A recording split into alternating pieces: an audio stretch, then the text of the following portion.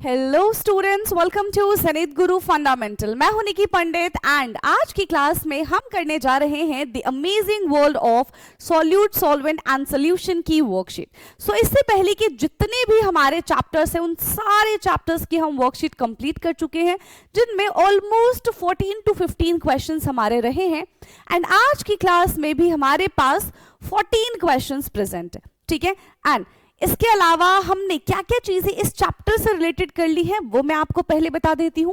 तो हमने इस चैप्टर की NCERT line by line cover कर रखी है। पहली चीज, इस चैप्टर का आपको वन शॉट भी मिल जाएगा and the third thing is इस चैप्टर का आपको एमसीक्यू सीरीज भी मिल जाएगी, जिसमें ऑलमोस्ट हमने 25 to 30 क्वेश्चन सॉल्व किए हुए। ठीक है, एंड आज हम इस चैप्टर की वर्कशीट करने जा रहे हैं जिसमें हर एक चीज आपको मिल जाएगी यहाँ पे। ठीक है, जिस टाइप के क्वेश्चंस आपके एग्जाम में आने के चांसेस हैं, हमने कोशिश की है कि उसी टाइप के क्वेश्चंस आज हम अपनी क्लास में रखें।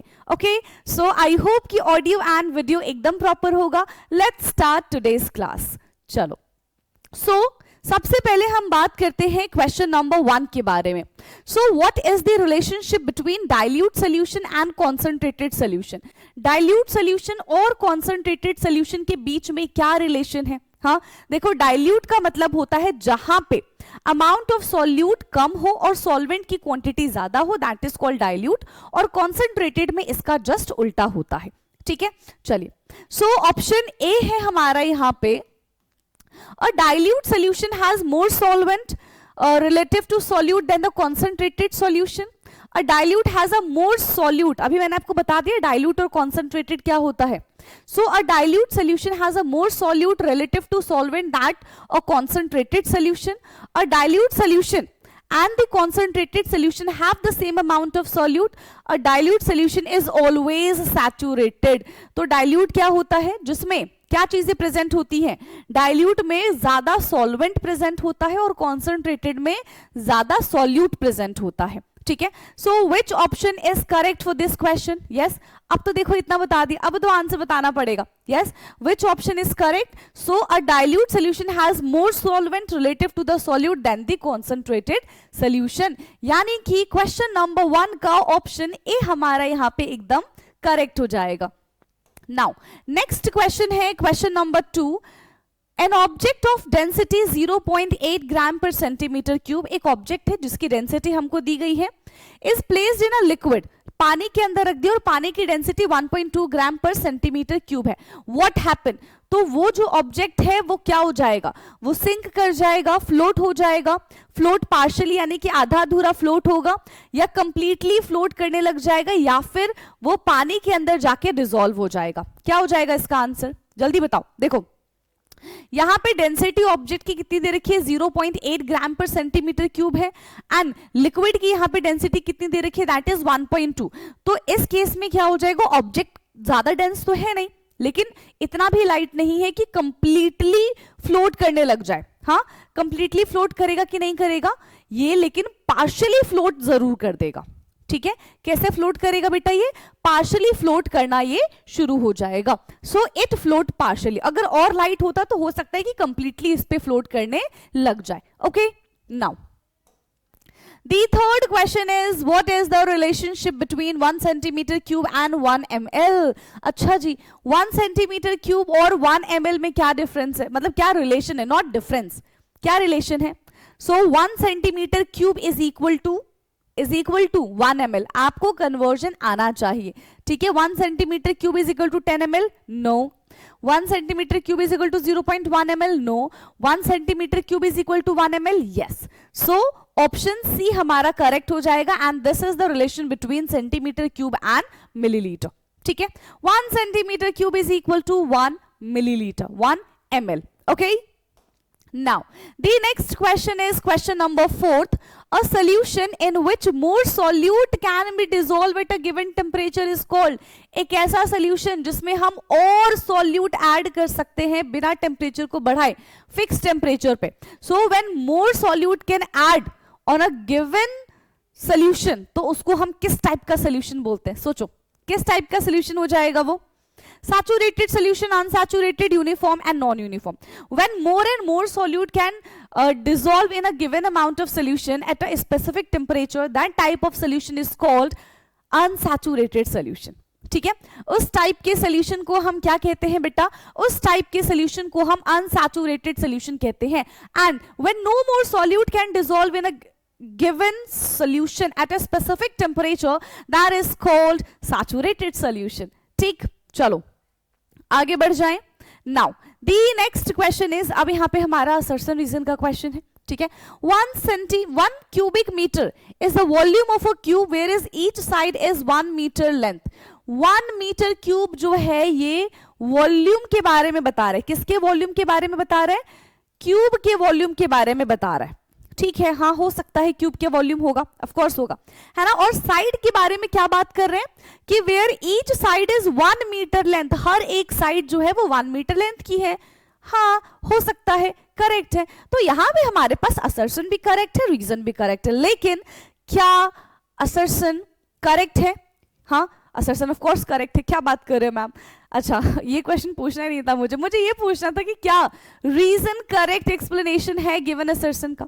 ए and R both are true but R is not correctly explain. A R जो है वो ए को एक्सप्लेन नहीं कर रहा क्योंकि एक में वॉल्यूम के बारे में बात की जा रही है ना.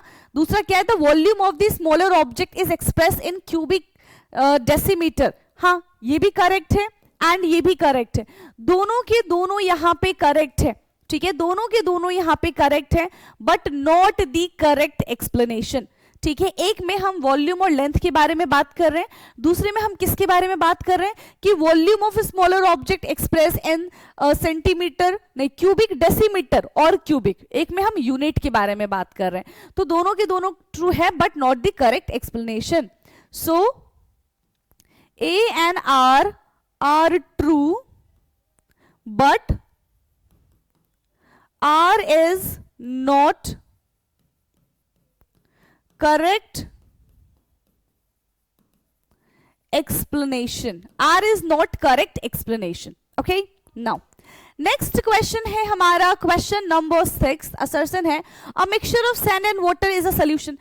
sand and water कभी भी mix हो सकते हैं क्या? जल्दी बता दो, क्या आप पानी और मिट्टी को कभी एक साथ मिला पाओगे क्या? आंसर है नो, ऐसा हो ही नहीं सकता. तो ये तो हमारा पहले ही फॉल्स हो गया, ये कभी भी सोल्यूशन नहीं बनेगा. ये एक हेट्रोजीनियस मिक्सचर बन जाएगा but not a homogeneous solution. ठीक है, नाउ रीजन है a solution is said to be formed when 2 or more substance mix to form a uniform mixture. of course solution हम कब बोलेंगे?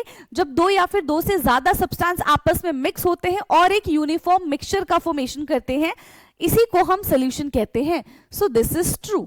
तो यहां पे क्या हो जाएगा? A is false but R is true. A यहां पे हमारा फॉल्स है लेकिन आर यहां पे हमारा ट्रू है, करेक्ट है. नाउ नेक्स्ट क्वेश्चन है क्वेश्चन नंबर 7. असर्शन है material become more compact as we move towards the centre of the अर्थ.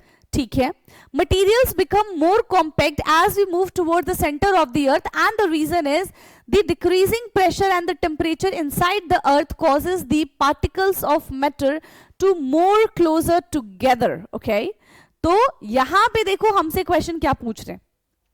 जैसे जैसे हम सेंटर, अर्थ के सेंटर की तरफ जाते हैं, ठीक है, तो वहां पे क्या होता है कि प्रेशर जो है वो बहुत ज्यादा हाई हो जाता है जिसकी वजह से चीजें जो है वो कॉम्पैक्ट हो जाती हैं.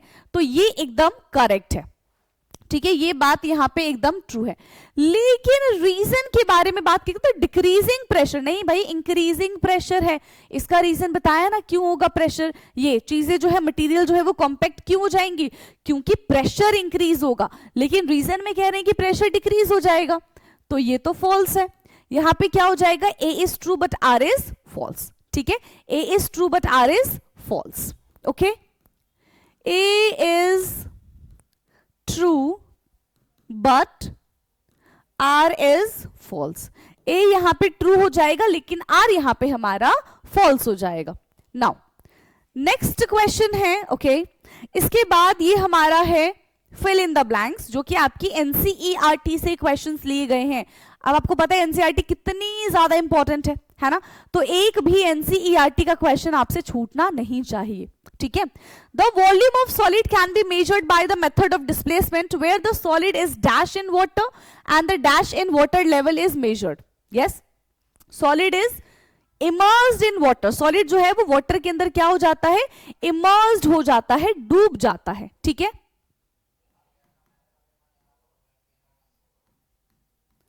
Solid is immersed in water whereas, ठीक है, water and the dash in water level measured, तो वाटर लेवल क्या हो जाता है, राइज हो जाता है। हमको जैसे हम वाटर के अंदर कोई भी चीज डिसॉल्व करेंगे, कोई भी चीज डालेंगे, तो कुछ टाइम के लिए क्या होगा, अगर वो चीज उसके अंदर डिसॉल्व नहीं हो रही है, so that increase the level of the water, ठीक है। तो यहां पे इसका वाटर लेवल क्या हो जाएगा, राइज हो जाएगा। The maximum amount of dash dissolve in dash at a particular temperature and it is called solubility at that temperature. Maximum amount of क्या डिसॉल्व होगा, maximum amount of solute that dissolve, किसमें dissolve होता है, solvent में dissolve होता है। So maximum amount of solute dissolve in solvent, maximum amount of solute dissolve in solvent at a particular temperature is called solubility of that temperature. Generally the density with increases in temperature, generally the density dash with increasing in temperature, तो generally the density decrease, density क्या हो जाती है यहाँ पे, density decrease हो जाती है while increasing the temperature. So generally the density decrease, density यहां पे हमारी डिक्रीज हो जाएगी with increasing the temperature. Okay, now the last question is the solution in which glucose has completely dissolve in water and no more glucose can dissolve at a given temperature, so that is called dash solution of glucose. तो हमारे पास एक glucose का solution है और अब हम उसमें और ग्लूकोज ऐड नहीं कर पा रहे, तो ये हमारा किस टाइप का सोल्यूशन हो जाएगा, यस, किस टाइप का सोल्यूशन होता है, when no more solute can add, that is called saturated solution. किस टाइप का सोल्यूशन हो जाएगा बेटा, that is called saturated solution, ठीक है। तो ये हमारा हो जाएगा सैचुरेटेड सोल्यूशन, ठीक है, this is saturated solution. Now next है हमारा ट्रू एंड फॉल्स, ठीक। So oxygen is more soluble in hot water rather then in cold water. Oxygen जो है वो ज्यादा सॉल्युबल होता है किसमें, हॉट वाटर में, और कोल्ड वाटर में इतना सॉल्युबल नहीं होता। ये बात एकदम गलत है, ये बात एकदम गलत है, ठीक है। ठंडे पानी में ज्यादा सॉल्युबिलिटी होती है गैसेस की as compare to hot water. याद रखना कि when we increase the temperature, ठीक है, so the solubility of gases decrease. Solute के बारे में, सॉल्यूट हमारा सॉलिड नहीं है इस बार, सॉल्यूट हमारा गैस है। तो अगर हम गैस के बारे में बात करें कि भाई गैस पानी के अंदर डिसॉल्व हो रहा है, ठीक है, solubility of gases in a solvent, ठीक है, और इन अ वाटर, तो क्या होता है, when we increase the temperature तो solubility of the gases in a solvent और इन अ वाटर डिक्रीज। तो इसीलिए ऑक्सीजन जो है वो ठंडे पानी में ज्यादा डिसॉल्व होता है एज कंपेयर टू गर्म पानी, ठीक है। A mixture of sand and water is a solution, कहां से हो जाएगा ये सॉल्यूशन, ये भी फॉल्स है। The amount of space occupied by an any object is called mass, हाँ, it's called matter, false. An unsaturated solution has more solute dissolved than a saturated solution. Unsaturated solution has more solute, हाँ, unsaturated solution में हम और solute add कर सकते हैं than a saturated solution. Yes, this is true. And the mixture of different gases in the atmosphere is also a solution. तो that is called a mixture ना, हाँ। तो हमारे environment में, हमारे atmosphere में जो बहुत सारे gases present है, ठीक है, हमारे पास बहुत सारे gases present है, वो एक मिक्सचर है ना, और मिक्सचर ऑफ डिफरेंट, अच्छा यहाँ पे मिक्सचर बोल रहे हैं, ठीक है, तो इसको हम ट्रू कर देते हैं, इसको भी हम ट्रू कर लेंगे, ठीक है। ओके, नाउ नेक्स्ट, ओके, अब यहाँ पे आ चुके हैं हम क्वेश्चन आंसर पे, और बहुत अच्छे तरीके से आपको क्वेश्चन आंसर को रिप्रेजेंट करना है, ठीक है। पहला क्वेश्चन यहां से हमसे क्या पूछ रहे हैं कि आइस फ्लोट ऑन वाटर, हाँ, आइस जो है वो पानी में फ्लोट होता है, justify this statement with an explanation. ऐसा क्यों होता है, देखो, जब वाटर फ्रीज हो जाता है तो उसके मॉलिक्यूल्स आपस में अरेंज हो जाते हैं इन अ रेगुलर हेक्सागोनल स्ट्रक्चर, ठीक है, एंड ये जो स्ट्रक्चर होता है ये कैसा होता है, केज लाइक स्ट्रक्चर होता है, ठीक है। कैसा स्ट्रक्चर होता है ये, केज लाइक स्ट्रक्चर होता है, खोखला स्ट्रक्चर होता है जिसकी डेंसिटी पानी की डेंसिटी से कम होती है। That's why ice can float on water, ठीक है। So ice can easily float on water because when molecule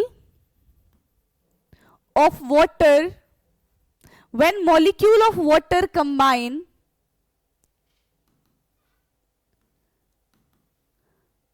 to form ice, ठीक है,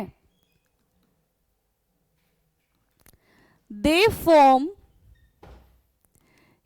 केज लाइक स्ट्रक्चर, तो वो केज लाइक स्ट्रक्चर का फॉर्मेशन करते हैं, ठीक है। They form cage like structure, ठीक है,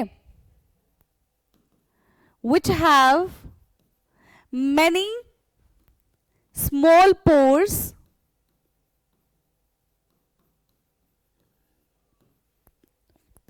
due to this its density is less than water. Due to its density is less than water, hence ice float on water, ठीक है। Hence ice float on water, और इसी वजह से ice जो है वो वाटर पे फ्लोट करता है, ठीक। नाउ नेक्स्ट क्वेश्चन क्या है, define solubility and how does the temperature affect the solubility of a substance. Solubility क्या होता है कि maximum amount of solute that can dissolve in a solvent at a specific temperature is known as solubility, ठीक है। एक fix temperature में, ठीक है, हम एक गिवन सॉल्वेंट में कितना सॉल्यूट ऐड कर सकते हैं उसी को हम सॉल्युबिलिटी कहते हैं, ठीक है। सो define solubility, the maximum amount of solute, the maximum amount of solute that can dissolve in a given solvent at a specific temperature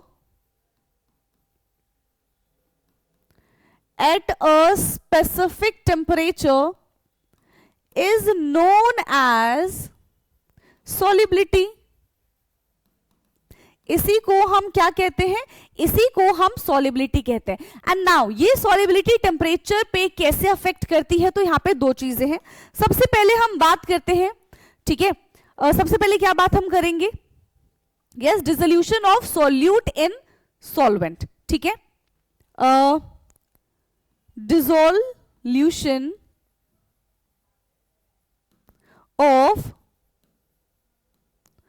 solid solute in solvent। अगर सॉल्वेंट के अंदर सॉलिड सॉल्यूट डिसॉल्व हो रहा है तब क्या case बनता है यहां पे, yes. So when temperature increase, the solubility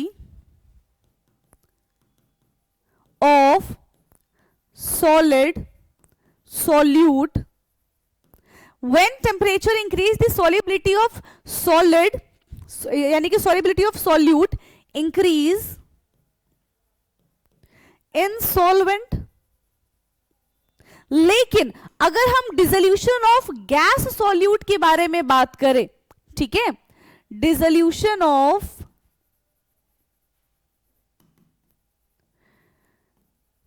gaseous solute in solvent, तो इस केस में क्या होता है, when we increase the temperature the solubility of a gas decrease in given solvent, ठीक है। तब solubility जो है वो क्या हो जाती है, डिक्रीज हो जाती है।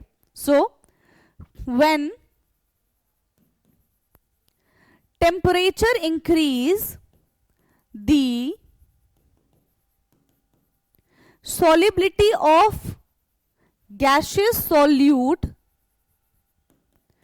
decrease ठीक है, तो उसकी सॉल्युबिलिटी जो है गैस सॉल्यूट की वो डिक्रीज हो जाती है इन सॉल्वेंट। और ये सारा एक फिक्स टेम्परेचर पे ही हो रहा है, टेम्परेचर में ऐसा कोई चेंज नहीं किया जा रहा है। सो फटाफट से इस क्वेश्चन का आंसर लिखेंगे, जल्दी इसका स्क्रीनशॉट ले लीजिए, फिर हम चलते हैं अपने नेक्स्ट क्वेश्चन की तरफ। नाउ नेक्स्ट क्वेश्चन है differentiate between saturated and unsaturated solution. हाँ जी, सैचुरेटेड और अनसैचुरेटेड सॉल्यूशन में क्या डिफरेंस है? Saturated solution when no more solute can dissolve in a given solvent at a specific temperature is called saturated solution. And unsaturated में मतलब हम और सॉल्यूट को ऐड कर सकते हैं। ठीक है, सो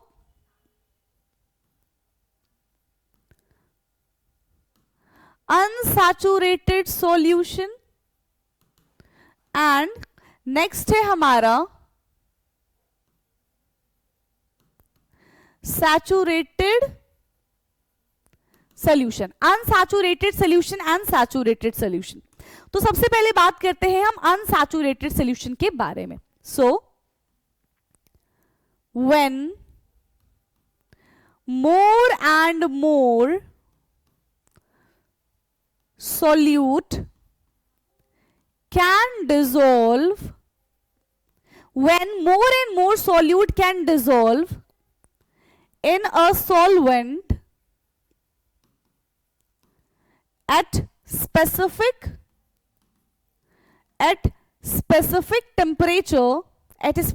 temperature is known as unsaturated solution। ठीक है, उसको हम क्या बोलेंगे? उसको हम अनसैचुरेटेड सॉल्यूशन बोलेंगे। वहीं अगर हमसे सैचुरेटेड सॉल्यूशन के बारे में पूछेंगे तो हम यहां पे क्या लिखेंगे? When no more solute can dissolve in, when no more solute can dissolve in a solvent at a specific temperature is known as saturated solution। इसी को हम क्या कहते हैं बेटा? इसी को हम सैचुरेटेड सॉल्यूशन कहते हैं। ठीक है, इसी को हम सैचुरेटेड सॉल्यूशन कहते हैं। एंड यहां पे सैचुरेटेड और अनसैचुरेटेड के अलावा भी एक और टाइप का सॉल्यूशन होता है, that is called super saturated solution. ये कब आता है? जब हम टेम्परेचर को बढ़ा देते हैं। देखो, सैचुरेटेड सॉल्यूशन हमारे पास आ चुका, यानी कि अब हमें पता है कि हम इसमें और चीजें ऐड नहीं कर सकते। लेकिन अगर हम इसी सैचुरेटेड सॉल्यूशन के टेम्परेचर को बढ़ा देंगे तो हम इसमें और वही सेम सॉल्यूट ऐड कर पाएंगे। ठीक है, क्लियर? चलो नाउ नेक्स्ट क्वेश्चन है हमारे पास, a block of iron has a mass of 600 gram and a density is 7.9 gram per centimetre cube, what is its volume. तो हमारे पास यहाँ पे मास भी गिवन है और हमारे पास यहाँ पे डेंसिटी भी गिवन है। ठीक है, मास भी गिवन है एंड डेंसिटी भी गिवन है। तो फॉर्मूला क्या होता है? हाँ जी, फॉर्मूला क्या होता है? Formula is density is equal to mass per volume, है ना। फॉर्मूला क्या होता है? Density is equal to mass per volume. हमारे पास मास है, हमारे पास डेंसिटी, हमको क्या निकालना है? वॉल्यूम निकालना है। सो यहां से ये क्या हो जाएगा? Volume is equal to mass upon density. ठीक है, volume is equal to mass upon density and the mass is given to us that is 600 और ये हमारा कितना हो जाएगा? 7.9 हो जाएगा। ठीक है, 600 डिवाइडेड बाय 7.9, तो 7 से कितनी बार में चला जाएगा? लगभग ये हमारे पास जो वैल्यू है वो 8 के आसपास है। ठीक है, लगभग कितनी है? 8 के आसपास है। तो इसको जब हम सॉल्व करेंगे तो 75.65 वॉल्यूम है। ठीक है, तो देखो ये हमारा ग्राम था और डेंसिटी है ये हमारा ग्राम सेंटीमीटर क्यूब है, तो इसे ये चला जाएगा और आंसर हमारा किसमें आ जाएगा? Unit is very very very important. ठीक है, यूनिट हमारे यहाँ पे बहुत ज्यादा इंपॉर्टेंट है, एक बार चेक कर लेना। 75 करेक्ट है, इसके आगे की दो वैल्यू आप डिवाइड करके देखना। ठीक है, करेक्ट है कि नहीं है? आई थिंक और ज्यादा आएगी, 95 के आसपास आएगी मेरे ख्याल से, 95 या फिर 96 के आसपास आएगी। ठीक है, यानी कि लगभग 76 इसका आंसर हो जाएगा, 76 centimetre cube. Okay, so this is question number 13। इस तरीके से आप मास, वॉल्यूम, डेंसिटी कुछ भी चीजें कैलकुलेट कर सकते हैं। Okay, now the next question and the last question, what is meant by the term relative density? yes, relative density का क्या मतलब होता है? जहां पे हम एक मास की डेंसिटी को कंपेयर करते हैं विद दी अदर सब्सटेंस, ठीक है, उसी को हम क्या कहते हैं? रिलेटिव डेंसिटी कहते हैं। ठीक है, नॉर्मल डेंसिटी आपको पता है, डेंसिटी क्या होता है? Density is mass per volume, ठीक है, एंड इसकी यूनिट क्या हो जाएगी डेंसिटी की? या तो ग्राम पर सेंटीमीटर क्यूब हम कर सकते हैं, ठीक है, या फिर यूनिट चेंज भी आप कर सकते हो, ग्राम को मिलीग्राम या फिर सेंटीमीटर क्यूब को मीटर क्यूब में भी हम कन्वर्ट कर सकते हैं। ठीक है, so what is meant by the term relative density? क्या होता है रिलेटिव डेंसिटी? अभी मैंने आपको बताया, रिलेट करना, एक को दूसरे से रिलेट करेंगे, that is called relative density. ठीक है, तो relative density is the ratio of the density of a substance to the density with, किसके साथ रिलेट कर रहे हैं? यहाँ पे फिक्स होता है, किसके साथ रिलेट कर रहे हैं? वाटर के साथ यहाँ पे रिलेट करेंगे। और कैसा वाटर होना चाहिए? जिसका टेम्परेचर 4 डिग्री सेंटीग्रेड होता है। ठीक है, क्लियर है? So relative density, relative density या फिर इसको हम स्पेसिफिक डेंसिटी भी कहते हैं, specific density is the ratio of, ठीक है, रिलेटिव डेंसिटी और the specific density is the ratio of, है ना, is the ratio of, is the ratio of the density of a substance to the density of the water. Density of a substance to the density of the water at 4 degree centigrade. Density of the water at 4 degree centigrade. Now what is the formula? Relative density is equal to, ऊपर हम लिखेंगे जिस भी substance का हमको density निकालना है, और नीचे हम किसकी डेंसिटी लिखेंगे? वाटर की डेंसिटी लिखेंगे। ठीक है, so relative density, relative density is equal to density of substance upon density of water. ठीक है, density of substance upon density of the water. So this is the last question of today's class. फटाफट से इसका screenshot ले लो और यहाँ पे हमारी वर्कशीट होती है समाप्त। ठीक है, हमने इस वर्कशीट में जितने भी क्वेश्चन थे सारे के सारे क्वेश्चंस कंप्लीट कर लिए। अब आप मुझे कमेंट करके बताएंगे कि आउट ऑफ 14 क्वेश्चंस आप खुद से कितने क्वेश्चंस कर पा रहे हैं। क्या आपको कोई क्वेश्चन टफ लग रहा है? देखो बिल्कुल एंड पे हम आ चुके है ना, अब किसी भी वक्त आपका मुझे ऐसा लगता है कि पेपर हो जाएगा।